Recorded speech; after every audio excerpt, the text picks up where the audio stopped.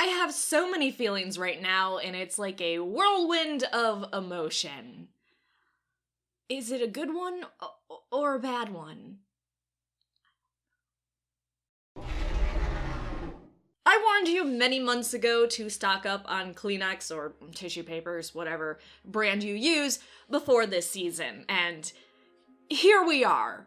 Somehow, episode 4 made me more sad than episode 3, the big battle at Winterfell.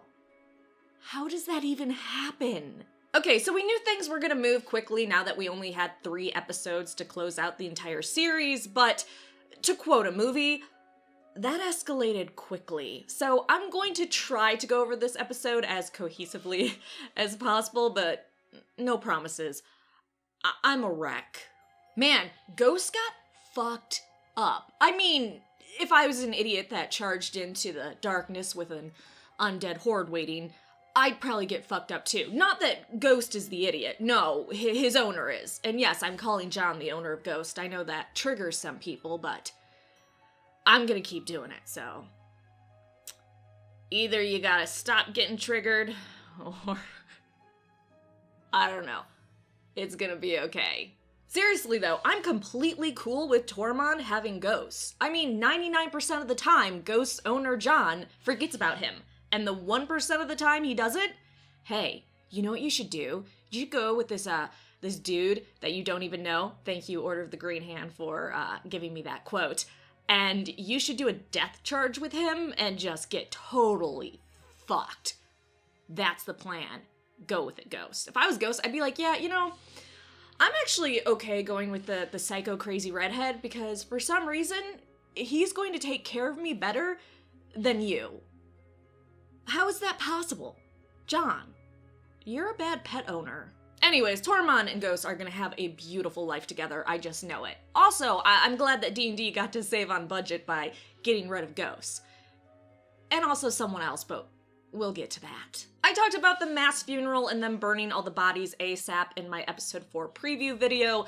Like I said, it makes sense. You want to get rid of all those dead bodies for a variety of reasons very quickly. One, disease, you know, spreading even though it's up north. You don't want to fuck around with dead bodies. 2, I would assume morale would improve if you constantly weren't walking around Winterfell and seeing horrifically mauled bodies everywhere. At least for me. I don't know about you. Maybe your morale is through the roof when you see corpses everywhere. I'm not going to talk for you.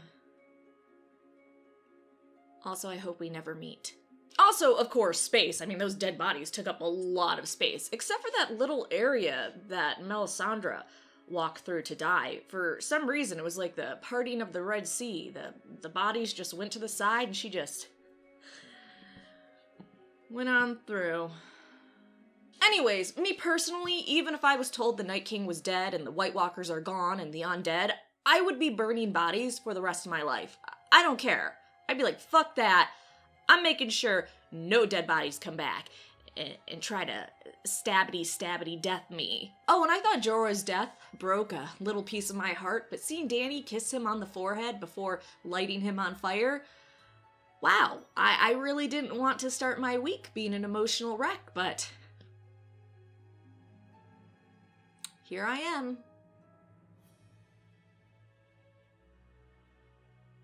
Dead inside.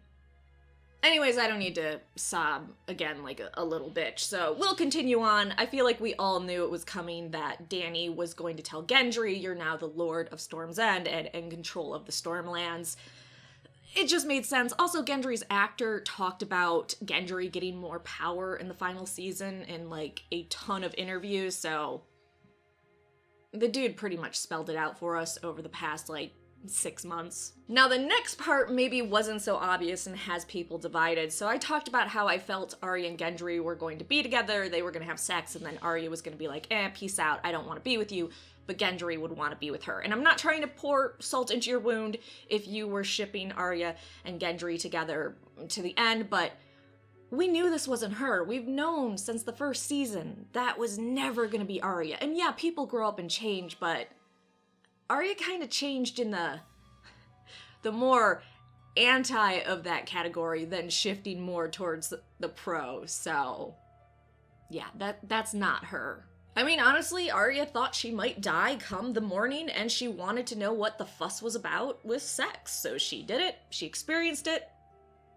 Guess she wasn't that impressed, as her expression afterwards showed, and her rejecting Gendry, and she's moving on with her life. You know, I don't know why anyone expected Arya to settle down in a castle and pop out babies. Though, speaking of something we all knew, raise your hand if you just knew Varys at one point was going to switch sides and backstab Dany. I just feel like him jumping ship was obvious to a 3-year-old. One, Dany goes, "Hey, make sure you never betray me or I'll burn you alive." And then Varys is going, "Well, I'm always going to serve the people." Miss, I burn people alive when they don't do it I say. Probably isn't best for the people. I know Dany lovers, that probably really hurts you, but I am a Targaryen fan. Look at my earrings. I swear. It's just, Dany's gone a little cray-cray. And I don't completely blame her. She's gone a little cray-cray. Also, and because I want to use this Pikachu meme, it's okay, I'm super old, and this meme is outdated, so I can use it. That's the rule. Old people are allowed to use memes after they're over with. So, Varys, you were told you would be burned alive, or executed, if you betrayed Dany. You betrayed Dany and tried to jump ship to Jon, which I understand why you did, but I don't know, dude, you can only betray so many monarchs before you get what's coming. At least you can join your frenemy Baelish in hell, or nothingness, or whatever your afterlife is in your world. Now, Bronn coming to kill Tyrion and Jaime was hilarious. I loved that entire thing. And I don't say that often because I'm not a fan of Bronn. I'm like the one person in the entire fucking universe that doesn't like Bronn. This scene, I loved every second of it. And Tyrion did what we all knew Tyrion was gonna do. Hands down, the best line of this entire episode, "You one-handed fuck." Bronn, I've never laughed so hard at something you've said, so what a time to be alive.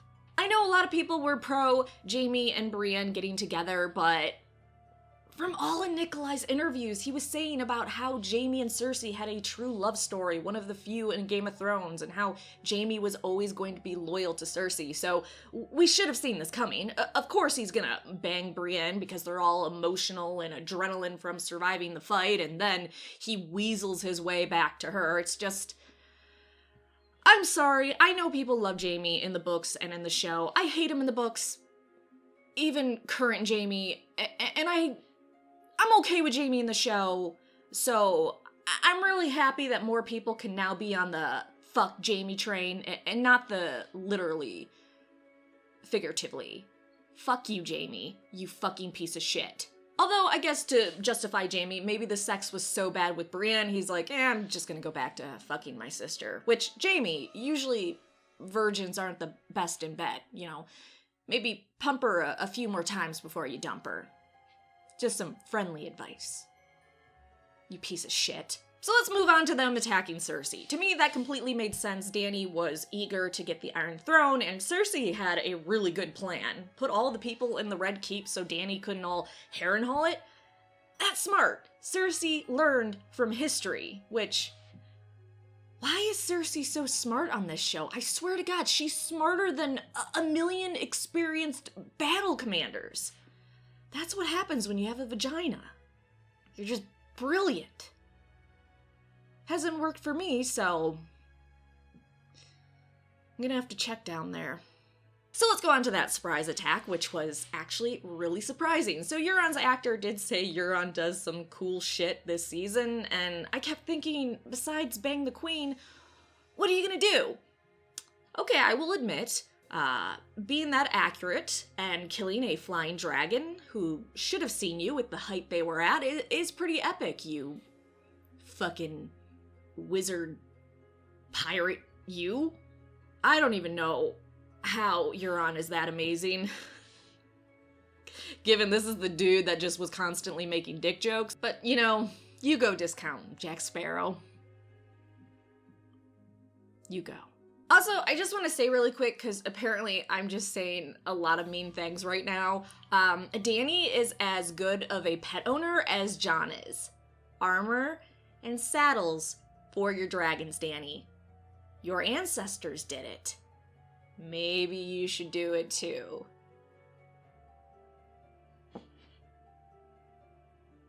None of you should have pets. Those dragons deserve better.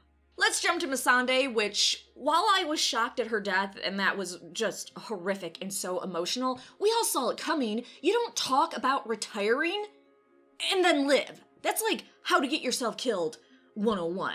Oh, hey, after Danny's conquest, we're gonna retire in summer on my beautiful island. You signed your own death warrant. Never talk about retirement in any show. Should have known better. Shame.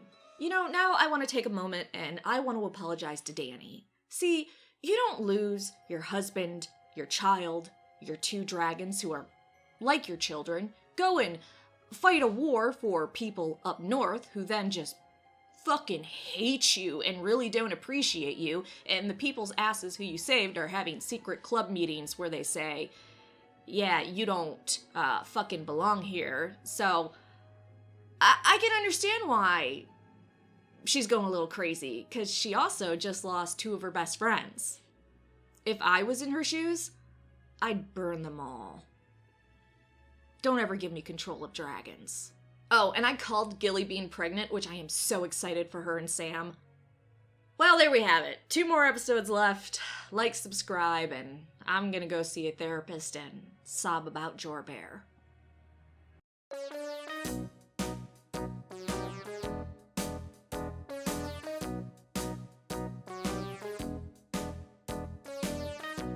Oh wait, what's that? The Night King isn't really gone?